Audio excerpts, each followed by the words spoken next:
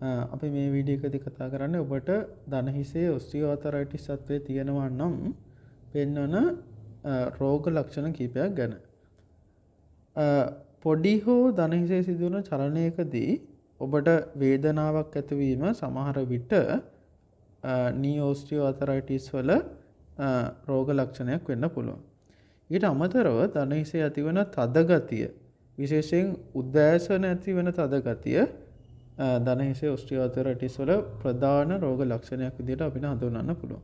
ඊට අමතරව දන හිසේ සිදුවන චලන පරාසය අඩවීම. තද වශයෙන් ගත්තොත් එහෙම අපිට දන හිසේ මෙන්න මේ වගේ ප්‍රමාණයකට අපිට නමන්න පුළුවන්. හිතන්න ඔබට ඒ වගේ ප්‍රමාණයකට දැන් මෙතන තියෙන දන හිස. එච්චර ප්‍රමාණයකට නමන්න බෑ. මෙන්න මේ වගේ ප්‍රමාණයකට විතරයි නැමෙන්නේ කියලා හිතන්න. ඒ කියන්නේ ඔබට මෙන්න මේකෙදි ගොඩක් ඇඟ ඇතුළට ගන්න පුළුවන් වෙලා තියෙනවා. මේ ඉන්නේ ඔබ. ඇඟ ඇතුළට ගන්න පුළුවන් වෙලා තියෙනවා. හැබැයි මේකෙදි ඒ තරම්ම ප්‍රමාණයක් ගන්න බැහැ. අන්න ඒකත් අපි කියන loss of range of movement කියලා. ඒකත් සමහර විට රෝග ලක්ෂණයක් වෙන්න පුළුවන්. ඊට අමතරව ඔබ දිගු වේලාවක්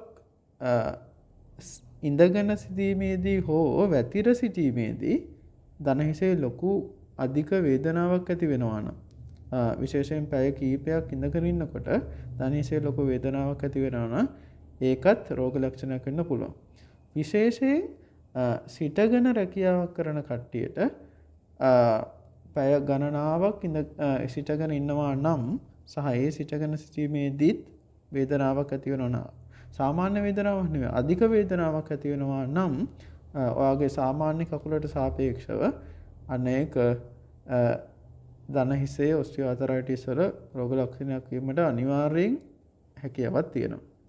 ඊට අමතරව මේ තියෙන්නේ ඔබේ දන හිස කියලා හිතන්න. මේ දන හිසේ මෙන්න මේ ප්‍රදේශය මෙන්න මේක තමයි දන හිසට අදාළ ජොයින්ට් එක. මෙන්න මේ ප්‍රදේශය ස්පර්ශ කිරීමේදී තදින් අල්ලද්දී අධික වේදනාවක් ඇති වෙනවා නම් මෙන්න මේ ප්‍රදේශයෙන් ඕනෑම තැන අපි කියන මේ ජොයින්ට් ලයින් එක කියලා. ජොයින්ට් ලයින් එක වෙන්නම අවශ්‍ය නැහැ. මේ අවට ප්‍රදේශයක් හෝ ඇල්ලීමේදීත් වේදනාවක් ඇති වෙනවා නම් ඒකත් රෝග ලක්ෂණයක් නී ඔස්ටියෝආතරයිටිස් වල. ඊට අමතරව ජොයින්ට් එක ඉදිමිලා තියෙන්න පුළුවන්. මෙන්න මේ කිව්ව කරුණු දන හිසේ ඔස්ටියෝආතරයිටිස් තත්ත්වය පෙන්වන ප්‍රධාන කරුණු වෙන්න පුළුවන්. මීට අමතරව මෙන්න මේ රෝග ලක්ෂණ ඔබට තියෙනවා නම් එහෙම වහාම වෛද්‍ය උපදෙස් ලබා ගැනීම යෝග්‍ය වෙනවා. එහිදී වෛද්‍යවරයා විසින් නියම කරනවා එක්ස්රේ පරීක්ෂාවක්. එක්ස්රේ පරීක්ෂාවේදී ඔබගේ හිතන්න මෙන්න මේ විදිහට දන හිසේ අස්ථි සම්බන්ධ වෙලා තියෙන්නේ. මේ අස්ථි අතර මෙන්න මේ විදිහට යම් තියෙන්න ඕනේ ગેප් එකක් තියෙනවා.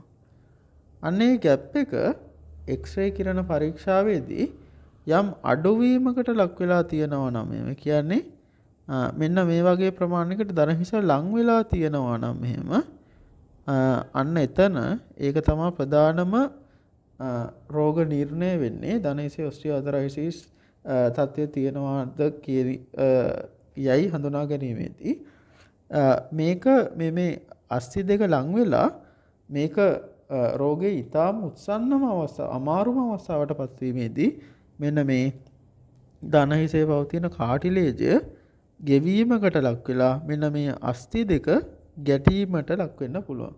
ඒ අස්ථි දෙක ගැටීමේදී තමයි අධික වේදනාවක් ඇති වෙන්නේ. හිදී මෙන්න මේ බෝන් ස්පර්ස් කියන සිවුම් පටක ඇති වෙන්න පුළුවන්. එන්න ඒ පටක නිසා තමයි ඔබට ඊටමත් අධික ඔස්ටියෝආතරයිටිස් වල ඉහළම අවධියක පසු වෙනවා නම් ඔය ක්‍රෙපිටස් කියන පොඩි ශබ්දයන් සහ දන හිස ඔබ අල්ලාගෙන සිදු කරන චලනවලදී ඔබට අතට යම් අර සංවේදනයන් දැනෙනවා. ටක ටකස් ගාලා පනින වගේ ශබ්දයන් අතර දැනෙන්නේ මෙන්න මේ ක්‍රෙපිටස් වල ෆෝමේෂන් එක නිසා. එහිදී ඔබට මේ රෝග ලක්ෂණ පවතිනවා නම් වහාම වෛද්‍ය උපදෙස් ලබා ගැනීම යෝග්‍ය වෙනවා.